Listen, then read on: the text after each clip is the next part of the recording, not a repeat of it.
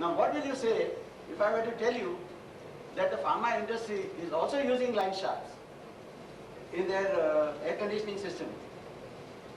You're not convinced? What is a central chilling plant? It's a huge motor running a chilling machine. It's got a lot of pipes, a lot of pumps, and it's feeding little bit of cooling water to a lot of air handling units. The amount of complexity, amount of loss of energy is phenomenal, and it's unbelievable. It worked very well in the last 30 years ago. It was the right thing to do.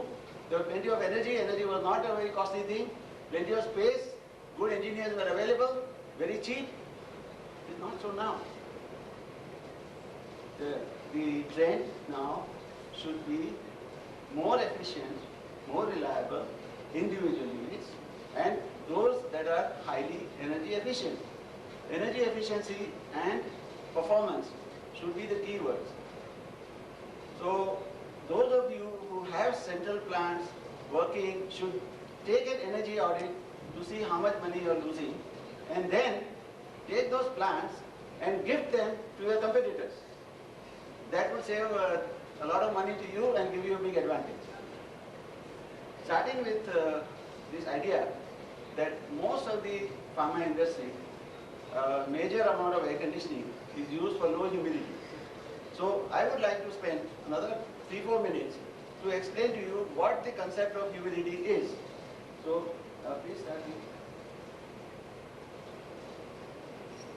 As you see on the chart, the line A, you consider the line A as a cylinder of water, and the black portion is the amount of water filled in it. In which case you can say that that cylinder is 60% full, because those curved lines are percentage lines. Similarly, if the air has moisture in it, which is 60% of its total capacity to hold, then it is said that the relative humidity of the air is 60%. But the thing about it is that when you cool the air, its capacity to hold moisture comes down. It is as if that glass keeps on shrinking. So if you cool it to 60 degrees, that air, then the capacity of the air to hold that moisture is exactly equal to the amount of moisture in it. So that becomes what they call a dew point. That is all the moisture it can hold. If you pull it down to point C, then the moisture, that capacity goes down only to the extent of C, and the rest of the moisture will spill out. Now the air at C is still 100% relative humidity, but at a very low temperature. Now if you heat it back to say Q, then you will see that the relative humidity now becomes about 20%, 25%, because the capacity of the air to hold moisture has gone up because of reheating.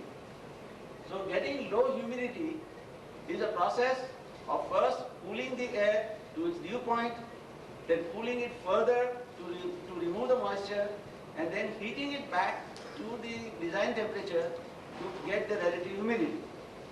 Now this is easier said than done.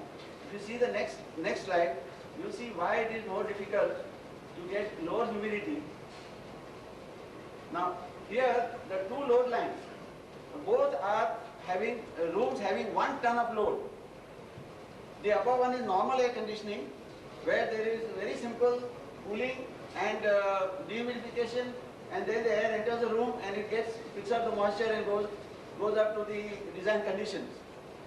But the same 1 ton load, if you want to go for lower humidity, you will have to cool for a much longer period, much longer time, and through a much longer temperature period. Also, you must use energy to reheat that air to bring it down to the temperature where you need it. Because in this case, the operating point is far away from the saturation line. So to do this, the major loss of energy is the extra cooling. The red line on top is the extra cooling and the energy required to do that, and the extra reheating, which is the energy required to do that reheating. Now these two main points are being solved today by the line shaft method of using chilled water, then using brine, and then using hot water. All of them pumped in from remote locations. I cannot think of more inefficient way of doing this and more costly way of doing this. I am about to suggest a much simpler way that we have developed. The next one, please.